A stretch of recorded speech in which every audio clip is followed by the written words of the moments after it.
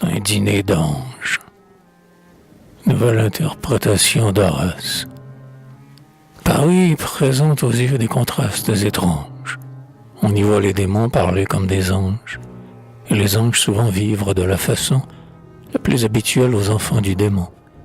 Dans toutes les douceurs que donne la richesse, le monde, le confort et la charmante ivresse, des fins repas, un jour de cet hiver dernier, je reçois d'un des miens une invite à dîner. C'est un homme savant et de ferme droiture, riche et mieux placé dans la magistrature, mais un peu simple et bien que fort pieux, trop chaud pour les coureurs d'église et le monde bigot. N'importe, au genre marqué par son biais aimable, chez notre amphitryon, en habit convenable, je me rends, et voilà qu'un superbe salon m'ouvre sa porte au cri d'un laquais à galon.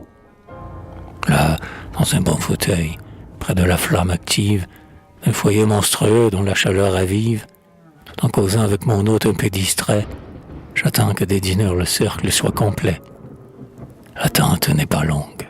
À fort peu d'intervalle, des invités paraît la bande triomphale. Le premier qu'on annonce est un gros réjoui, à l'œil vif, au teint frais, au rire épanoui, masque de bon vivant chauffé de rouge antique, qui jubile et s'incline au nom de cher critique. Le second, salué par mon parent 3 fois, est traité de plus haut. Une broche de croix étincelle au-dessous de sa blanche cravate. C'est quelques grands seigneurs et même un diplomate. Derrière lui surgit, diffond d'un paletot, doublé de molleton bien douillet et bien chaud, un long profil blafard, sec, à la lèvre mince, qui s'avance de l'air d'un pontife ou d'un prince, et dont le seul roi et le regard hautain décèle un grand clerc, un saint Thomas d'Aquin. Pour faire le contraste, un monsieur en moustache entre sur ses talons, ses cheveux en panache, se dresse, un habit d'un goût neuf et coquet, emprisonne ses reins comme dans un corset. Un pantalon collant lui dessine la cuisse. On dirait à le voir un lion de coulisses. Le cercle, son abord est tout empoisonné, une senteur de musc qui vous brûle le nez. Enfin, le front suant, couvert d'un rouge tendre, honteux et tout confus de s'être fait attendre, se glisse un petit homme à l'imberbe menton, un abbé d'autrefois, un reste du vieux ton, que ses cellules nombreux et sa mine discrète, comme l'a dit Boileau, je reconnus poète. Les convives présents, dans le lieu du festin, nous passons, en marchant, tout heureux.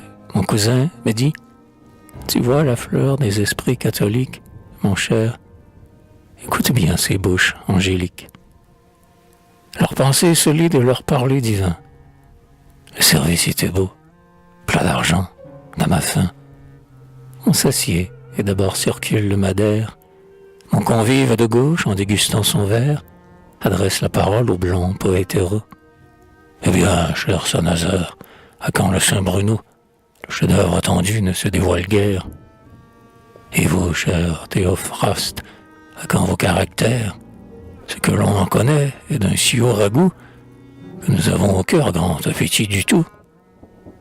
Et voilà de nouveau ces héros de Molière, se jetant par le nez tout le vocabulaire des fades compliments, mots faramineux.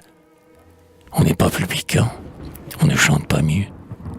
Mais un vaste turbo fait à point son entrée, pour finir l'embrassade et la phrase sucrée des deux lettrés. Alors, les yeux sur le morceau, chacun de s'écrier en chœur, « Ah, que c'est beau !» Je ne crois pas, dit l'un, que la superbe bête, pour laquelle un César fit si grave requête, au sénateur de Rome évalue ce poisson. Eh, Domitien, ce prince avait du bon, répare le diplomate à la langue affilée. Il savait se moquer des bavards d'assemblée. Seulement, il usait trop souvent du bourreau. Monsieur, dit à l'instant l'homme au parfum, le beau, en donnant un grand coup de couteau sur la table. Ne faisons pas trop fi de l'homme respectable, qui se nomme bourreau. Nous ne pourrions sans lui manger en sûreté le dîner d'aujourd'hui. C'est vrai, répond la troupe. Hier, j'étais en visite chez la marquise D. Cœur tendre, esprit d'élite, Pour la désennuyer, je lui lus tout d'un trait le portrait merveilleux qu'un grand homme en a fait. Elle fut renversée, étourdie et ravie. Elle n'avait rien lu de si beau de sa vie. Pardieu, je le crois bien, dit le fils d'Apollon. C'était du pur de Mestre. Au bruit de ce grand nom, ainsi qu'au fond des bois, le cri d'un chien qui jappe est soudain répété par les échos qu'il frappe. 4 ou 5 fois, ainsi de nos gosiers béats, de Mestre fait jaillir un torrent de hurrah. Quel homme, quel lutteur, quelle ironie amère, comme il vous flanque à bas ce drôle de Voltaire. Jean-Jacques, Montesquieu, ces donneurs de leçons, auprès du Savoyard sont de vrais polissons. Et mille autres propos, mon cousin Pamédès, à chaque trait ses yeux scintillaient comme braise. Il ne dégorgeait mot, mais je voyais son œil, de temps en temps vers moi tourné avec orgueil, semblant me dire « Eh bien, était-ce raillerie quand je te promettais si fine compagnie ?» Je ne décrirai pas les différents morceaux qui nous furent servis tant refroidis que chauds. Il y a de sanglier cuite à la bohémienne, côtelette d'agneau, dinde à la parisienne, truffe du Périgord. Je ne parlerai pas non plus des entremets couronnant le repas, pois vert au naturel et gelé à la fraise, croque en bouche, baba, crème à la polonaise. Pour dignement louer ce service excellent, il faudrait un berchou. Ce n'est pas son talent. Je viens donc au dessert. Il apparaît splendide, du champagne escorté. L'homme à face livide, notre penseur profond qui n'avait pas encore pris langue, dit d'un ton de Saint-Jean en bouche d'or. Permettez-moi, messieurs, en dévoué confrère, de vous faire présent tous d'un exemplaire du livre que je vais donner sur la douleur. La douleur, ah, vraiment, répond la table en chœur. Quel superbe sujet. Oui, monsieur, c'est le thème que je viens de traiter avec un soin extrême.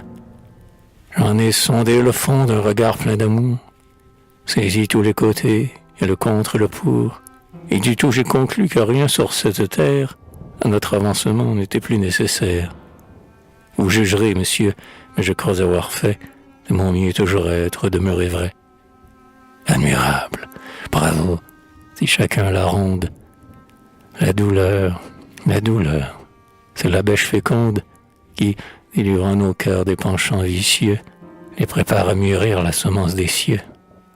C'est le divin creuset où, sur l'ardente flamme, le fer devient acier. C'est la trempe de l'âme. Sans elle, nous serions moins que des animaux, des mollusques grossiers, de fades végétaux. C'était à qui mieux.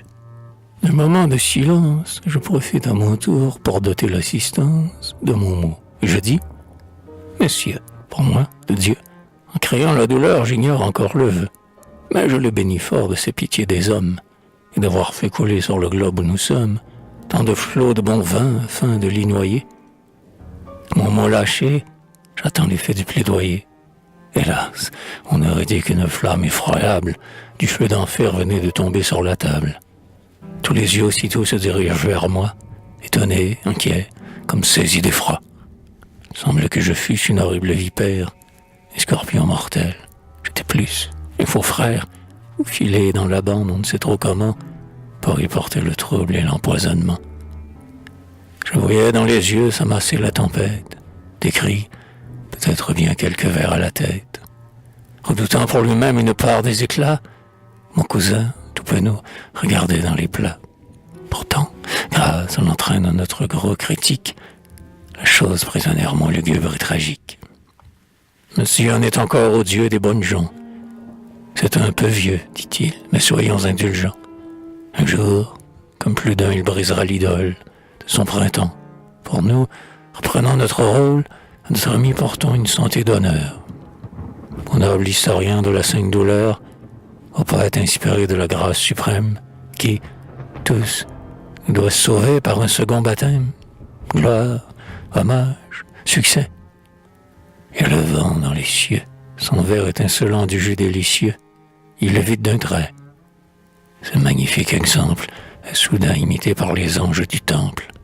Et la table bientôt n'est plus qu'un cliquetis de vers ballottés, de vivailles, de cris, parmi lesquels pourtant j'entends mes oreilles teinter d'étranges mots et des phrases pareilles à celle-ci. La Ligue avait bien sa raison. Vive les fils d'Ignace et l'Inquisition. Connaissant trop l'effet de ma courte harangue, je n'étais plus d'humeur à jouer de la langue dans ce tohu-bohu. Puis je ne voulais pas affliger le cousin de nouvel embarras. Je pris donc le parti de demeurer en place, bouche close, écoutant d'un sang-froid tout de glace tomber le flot vineux des grotesques rumeurs qui penchaient le gosier de ces gais festineurs. Cependant, je cherchais sourdement en moi-même un honnête moyen, un décent stratagème pour fausser compagnie à notre amphitryon. Il se montra bientôt. Dès l'instant qu'au salon, tout le monde passa pour achever la fête, entre le mocha noir et la blanche anisette, je saisis mon chapeau, puis, d'un pied clandestin, m'esquivant, de mon toit je repris le chemin. Non sans rire parfois au feu des réverbères, ce grave troupeau de Sénèques austères que j'avais vu, suivant le poète Victor, boire si joliment le Falerne dans l'or.